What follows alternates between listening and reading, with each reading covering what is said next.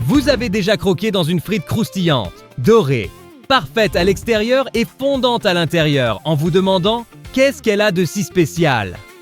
Pourquoi, à la maison, n'obtient-on jamais le même résultat que les frites de McDonald's?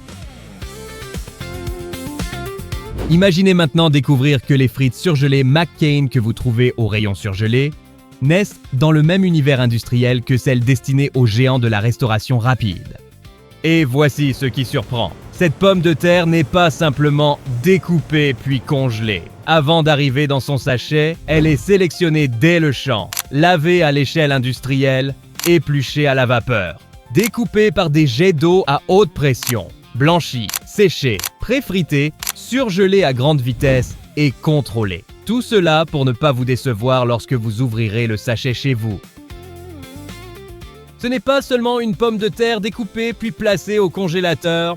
Elle traverse une immense chaîne industrielle avec des exploitations agricoles planifiées, d'énormes machines de récolte, des usines envahies par la vapeur, une huile surveillée par des capteurs et des tunnels de surgélation si froids qu'ils figent la texture de la pomme de terre en quelques minutes à peine.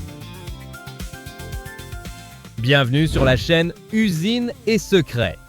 Aujourd'hui, vous allez pénétrer dans les coulisses de l'un des produits les plus fascinants de l'industrie alimentaire. La frite surgelée. Celle qui paraît toute simple dans son sachet, mais qui dissimule une ingénierie impressionnante avant d'arriver dans votre friteuse. Des entreprises comme McCain, Lamb Weston et Simplot ont contribué à transformer ce bâtonnet doré en une industrie mondiale. Elle produit des frites surgelées pour les supermarchés, les restaurants et les professionnels de la restauration dans de nombreux pays, alimentant un marché qui exige avant tout une chose, la régularité. Et si dans l'épisode précédent, nous avons montré que pour fabriquer des Doritos, le maïs devait devenir une pâte, prendre une forme triangulaire puis recevoir son assaisonnement croustillant, le défi est ici tout autre. Transformer une pomme de terre naturelle, irrégulière et pleine de variations en bâtonnet presque identiques, avec la même couleur, la même texture et le même croustillant. Chaque bâtonnet doit présenter une taille similaire, une couleur uniforme, une texture comparable et un comportement prévisible lorsqu'il plonge dans l'huile chaude. Alors abonnez-vous dès maintenant à Usines et Secrets, car la question du jour est aussi simple que captivante. Comment une pomme de terre couverte de terre, arrachée du sol par d'immenses machines, peut-elle devenir un bâtonnet doré, croustillant et presque identique aux milliers d'autres qui sortent chaque jour d'une usine? Tout commence bien avant l'usine, dans les champs. Mais ne vous y trompez pas, une exploitation destinée à approvisionner l'industrie des frites surgelées n'est pas une simple parcelle remplie de pommes de terre ordinaires. C'est une opération planifiée avec une extrême précision. Chaque détail lié au sol, à l'eau, à la variété cultivée et à la récolte peut déterminer si cette pomme de terre deviendra une belle frite ou si elle sera écartée avant même d'entrer sur la ligne de production. Vue du ciel, la culture ressemble à un tapis vert traversé de lignes parfaitement régulières. Sous la terre, des milliers de pommes de terre poussent à l'abri des regards, gagnant lentement en volume. Et c'est là qu'apparaît l'une des grandes curiosités de ce processus. Toutes les pommes de terre ne conviennent pas à la fabrication de frites surgelées. Pour l'industrie, la pomme de terre idéale doit être allongée, ferme, riche en matière sèche et pauvre en sucre. Cela peut sembler secondaire, mais ce détail change tout. Une pomme de terre trop riche en sucre risque de brunir excessivement pendant la friture. Une pomme de terre contenant trop d'eau peut devenir molle et cassante. Une pomme de terre trop petite donne des bâtonnets courts, hors des standards recherchés. C'est pourquoi les producteurs choisissent des variétés précises, sélectionnées pour leur longueur, leur texture et leur rendement. L'industrie recherche des pommes de terre capables de produire des bâtonnets longs, réguliers et résistants, car chaque centimètre compte lorsque des millions d'unités traversent l'usine. Plus la matière première est uniforme, moins la découpe génère de pertes, plus la couleur reste facile à maîtriser pendant la friture et plus chaque sachet présente un aspect homogène. Le sol fait lui aussi partie de cette ingénierie. Dans de nombreuses régions productrices, les pommes de terre se développent mieux dans des terres bien drainées, aérées et peu compactées. Imaginez un produit qui doit grandir sous terre sans être comprimé, déformé ni blessé. Si le sol est trop dur, la pomme de terre peut pousser de travers. S'il contient des pierres, elle risque d'être entaillée. Si l'irrigation est irrégulière, sa croissance le sera également. Et si les pluies arrivent dans trop grande quantité au mauvais moment, la récolte peut se transformer en véritable course contre la montre. L'irrigation offre l'une des plus belles images de cette première étape. De longs bras métalliques tournent lentement au-dessus des cultures, projetant l'eau sur d'immenses cercles. La scène paraît paisible, presque simple, mais chaque quantité est calculée. Trop d'eau peut favoriser les maladies et modifier la qualité. Pas assez d'eau réduit la taille et le rendement. L'usine exige des pommes de terre grandes, saines et régulières. Le champ fonctionne donc comme la première partie de la chaîne de production, mais à ciel ouvert. Avant même que ces pommes de terre ne quittent le sol, de nombreux paramètres ont déjà été contrôlés. Des techniciens évaluent leur taille moyenne, leur teneur en matière sèche, leur concentration en sucre, la maturité de leur peau et l'état général de la culture. Dans certains cas, des échantillons sont prélevés avant la récolte afin d'anticiper la manière dont le lot réagira après le lavage, la découpe, la pré-friture et la surgélation. Tester une pomme de terre alors qu'elle se trouve encore dans le champ peut sembler excessif. Mais imaginez découvrir trop tard que des tonnes entières ne prendront pas la bonne couleur à la cuisson. Lorsque vient le moment de la récolte, le spectacle commence. D'immenses machines avancent lentement entre les rangées, soulevant la terre comme si elles ouvraient le sol. Elles passent sous les tubercules, ameublissent la terre, extraient les pommes de terre, puis déposent l'ensemble sur des convoyeurs vibrants qui secouent le mélange afin de séparer les pommes de terre, la terre, les feuilles et les petites mottes. On croirait voir un tamis géant travailler en mouvement. Le plus impressionnant, c'est que la récolte doit être suffisamment puissante pour extraire des tonnes de pommes de terre, tout en restant assez délicate pour ne pas les endommager. Une pomme de terre heurtée, coupée ou écrasée peut poser problème plus tard. Un dommage qui paraît insignifiant dans le champ peut ensuite noircir, dégrader l'aspect de la frite ou entraîner son rejet lors du contrôle. Voilà pourquoi la vitesse des machines, la hauteur des chutes sur les convoyeurs et même la manipulation dans les camions doivent être soigneusement maîtrisées. Et voici une image saisissante. Des camions se remplissent de montagnes de pommes de terre fraîchement récoltées. Chaque benne emporte une partie du champ vers une nouvelle vie industrielle. Ce qui, quelques minutes plus tôt, reposait encore sous terre, devient désormais la matière première d'une chaîne mondiale capable d'approvisionner supermarchés, restaurants, établissements de restauration rapide et grandes enseignes. Mais ce transport exige lui aussi beaucoup de précautions. Les pommes de terre ne peuvent pas être manipulées comme de simples pierres. Si elles tombent de trop haut, elles peuvent subir des chocs internes. Si elles restent trop longtemps exposées à de mauvaises conditions, leur qualité peut se dégrader. Et si le lot contient trop de pommes de terre hors calibre, l'usine finira par le détecter. Ainsi, avant même leur arrivée sur le site industriel, chaque camion représente déjà un pari sur la qualité obtenue dans le champ. Il existe également un autre détail étonnant. La pomme de terre idéale pour la friture n'est pas forcément la plus belle que vous choisiriez sur un marché. En magasin, beaucoup de consommateurs observent surtout la peau et l'apparence générale. Pour l'industrie, l'essentiel est ce qu'elle donnera après la découpe et la cuisson. Une pomme de terre grande, allongée et riche en matière sèche peut être bien plus précieuse qu'une pomme de terre ronde et parfaitement lisse, car elle produit des bâtonnets plus longs, dort mieux et libère moins d'eau. Voilà pourquoi la frite surgelée commence par une science aussi discrète que complexe. Bien avant le sachet, le congélateur, l'huile brûlante ou l'air fryer, une bataille silencieuse se joue dans les champs pour obtenir le tubercule idéal. L'industrie ne recherche pas seulement des pommes de terre. Elle exige des pommes de terre au comportement prévisible, capables de résister à la vapeur, aux lames, à l'eau chaude, à l'huile, à la surgélation et au transport sans perdre leur texture, leur couleur ni leur forme. Et si vous aimez découvrir cette transformation depuis son origine, pensez à laisser un pouce bleu, car le croustillant final commence plusieurs mois plus tôt, lorsque la pomme de terre se trouve encore sous terre. Après la récolte, les camions prennent la direction de l'usine ou des zones de stockage. La pomme de terre est encore sale, irrégulière et marquée par son passage dans le champ. Mais lors de l'étape suivante, elle va subir une transformation spectaculaire. Des tonnes de pommes de terre brutes entrent d'un côté et, peu après, des bâtonnets clairs et uniformes poursuivent leur route vers le cœur de l'usine.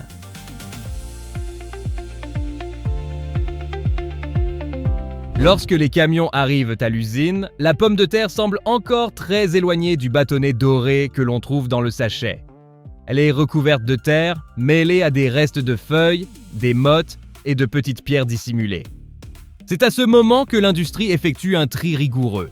Séparer ce qui peut devenir une frite surgelée de ce qui ne pourra pas poursuivre le processus.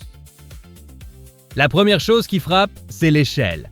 Les camions déversent des tonnes de pommes de terre dans les zones de réception, puis le produit commence à avancer dans des canaux remplis d'eau ou sur de larges convoyeurs. L'eau amortit les chocs et détache les saletés les plus épaisses. Cela ressemble à un lavage gigantesque, mais cette étape protège également les pommes de terre.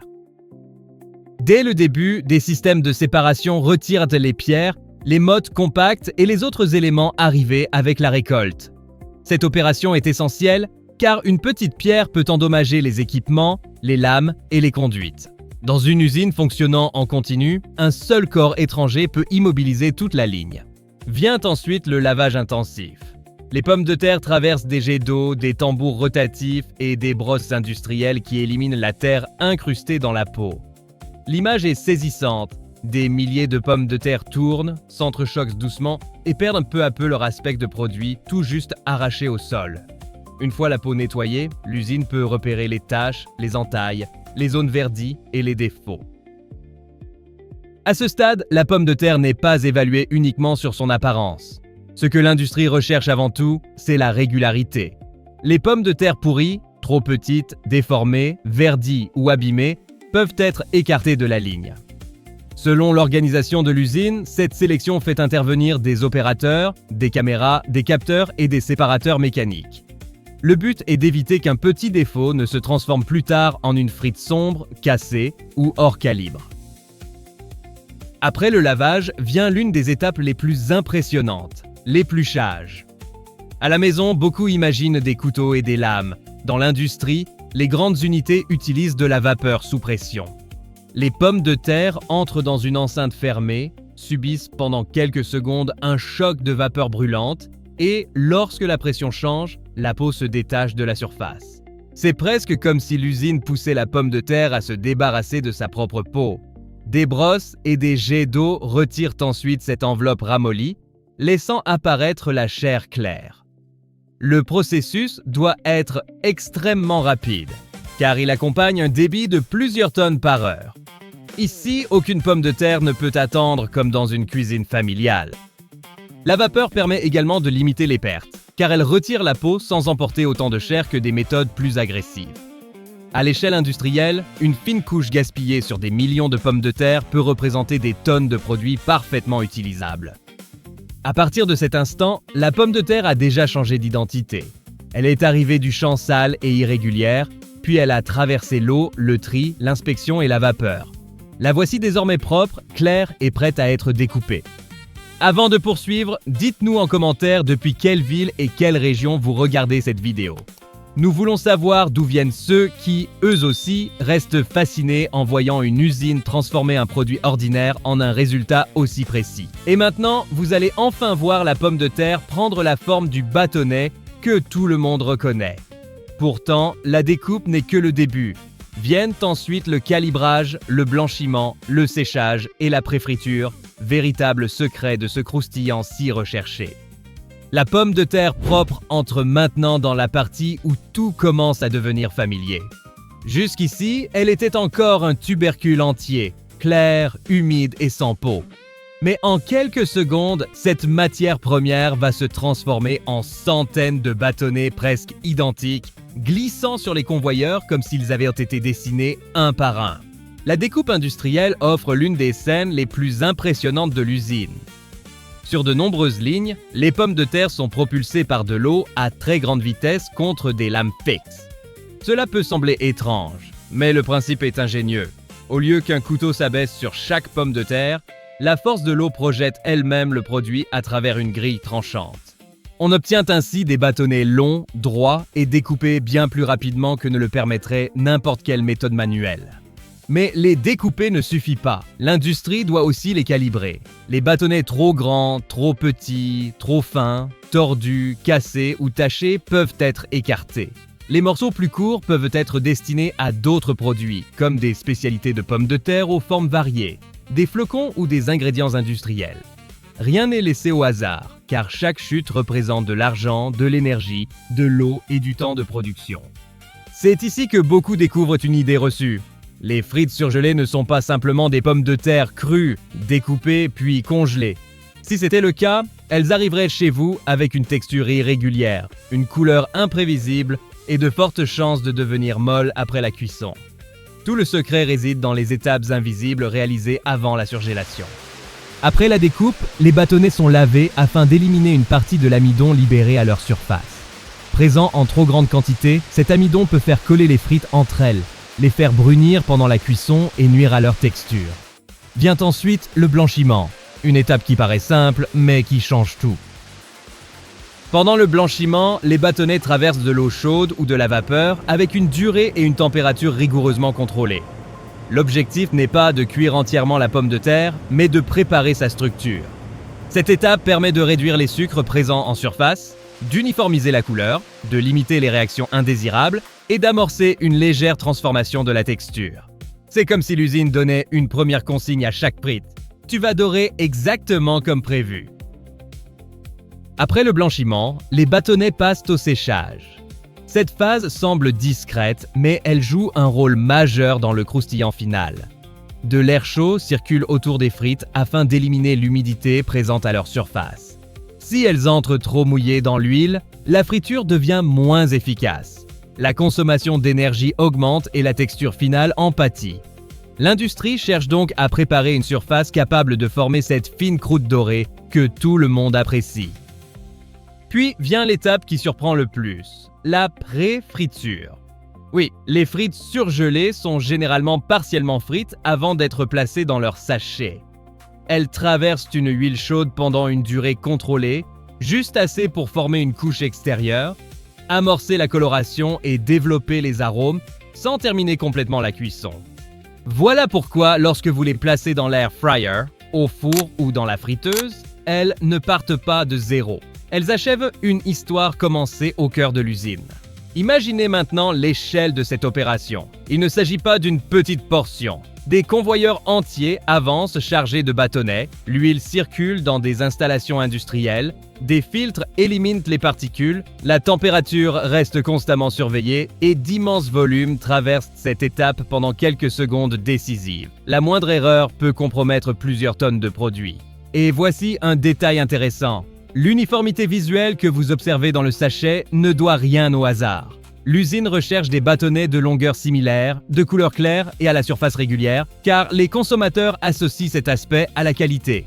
Les grandes chaînes de restauration dépendent elles aussi de cette constance. Lorsqu'un établissement sert des milliers de portions chaque jour, chaque lot doit réagir de la même manière. Les frites doivent cuire rapidement, dorer de façon prévisible et offrir encore et encore la même sensation croustillante. C'est pour cette raison que les grands fabricants mondiaux de produits surgelés à base de pommes de terre ont connu une telle croissance. Ils ne vendent pas seulement des pommes de terre, ils vendent de la régularité. Ils proposent un produit capable de quitter une exploitation agricole, de traverser une usine complexe, de voyager à l'état surgelé et d'offrir encore une texture comparable dans des cuisines très différentes. À la fin de cette séquence, la pomme de terre ne ressemble déjà plus à un simple produit agricole. Elle est devenue un aliment industriel à un stade avancé de sa transformation. Découpé, lavé, calibré, blanchi, séché et pré-frit. Mais il reste encore une étape décisive. Si les bâtonnets refroidissent trop lentement ou sont congelés sans précision,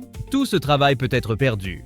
Lors de l'étape suivante, les bâtonnets pénètrent dans des tunnels de froid extrême, où l'usine doit surgeler rapidement chaque unité afin de préserver sa texture, d'éviter qu'elle ne s'agglutinent en bloc et de préparer le produit à voyager à travers le monde. Après la pré-friture, la pomme de terre est encore chaude, fragile et vulnérable. Elle possède déjà sa forme, sa première coloration et une fine couche extérieure prête à devenir croustillante. Mais si le bâtonnet refroidit trop lentement, une partie de sa texture se détériore et les frites risquent de coller entre elles. C'est pourquoi l'étape suivante est l'une des plus importantes de toute l'usine. La surgélation ultra rapide. Les bâtonnets avancent sur des convoyeurs jusqu'à des tunnels de froid intenses, où des courants d'air glacé circulent à très grande vitesse. L'objectif est de surgeler chaque frite séparément, sans transformer l'ensemble en un bloc compact de pommes de terre. Cette congélation rapide préserve la structure créée lors des étapes précédentes et maintient les bâtonnets bien séparés dans le sachet. Voilà pourquoi, lorsque vous l'ouvrez chez vous, vous pouvez verser une portion sans devoir briser un bloc entièrement gelé.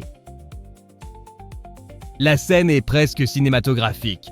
Un convoyeur chargé de frites dorées pénètre dans un tunnel glacé, puis un produit stable, ferme et prêt à voyager ressort de l'autre côté. En quelques minutes, ce bâtonnet venu des champs, passé par la vapeur, les lames, l'eau chaude et l'huile, se retrouve désormais protégé par le froid.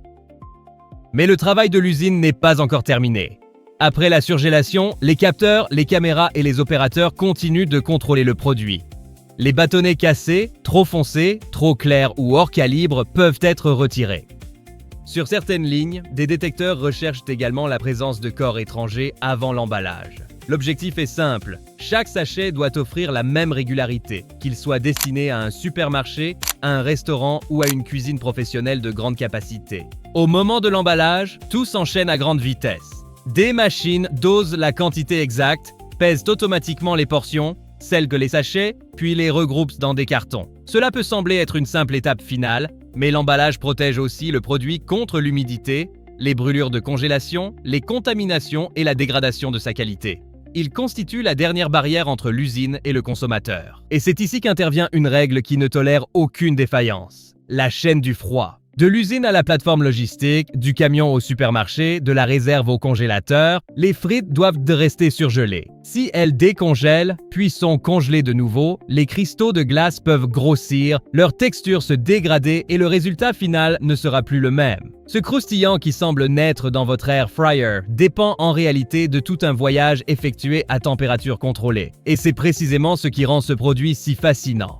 La frite surgelée est l'un des meilleurs exemples de la manière dont l'industrie transforme un aliment ordinaire en un produit parfaitement maîtrisé. La pomme de terre reste une pomme de terre, mais l'expérience offerte aux consommateurs résulte de l'agriculture, de l'ingénierie, de la logistique, du contrôle qualité et d'une immense puissance frigorifique travaillant ensemble. Alors, la prochaine fois que vous prendrez un sachet dans le rayon surgelé, souvenez-vous-en, ces bâtonnets ont commencé leur voyage dissimulé sous terre, ont été récoltés par des machines gigantesques, ont traversé une usine d'une précision extrême, puis ont voyagé surgelés jusqu'au magasin. Si vous avez aimé découvrir les coulisses de ce processus, abonnez-vous à Usines et Secrets et dites-nous en commentaire ce qui vous a le plus surpris dans cette fabrication. Les champs, l'épluchage à la vapeur, la préfriture ou le tunnel de surgélation? Et maintenant que vous connaissez toute cette histoire, regarderez-vous encore un sachet de frites surgelées de la même façon? Vous n'imaginez pas l'usine que nous vous avons présentée dans notre dernier épisode. Et si vous pensez avoir déjà tout vu, la vidéo apparaît déjà sur votre écran. Cliquez et venez avec moi découvrir un nouveau secret caché ici sur Usines et Secrets. Je vous embrasse et je vous y retrouve tout de suite.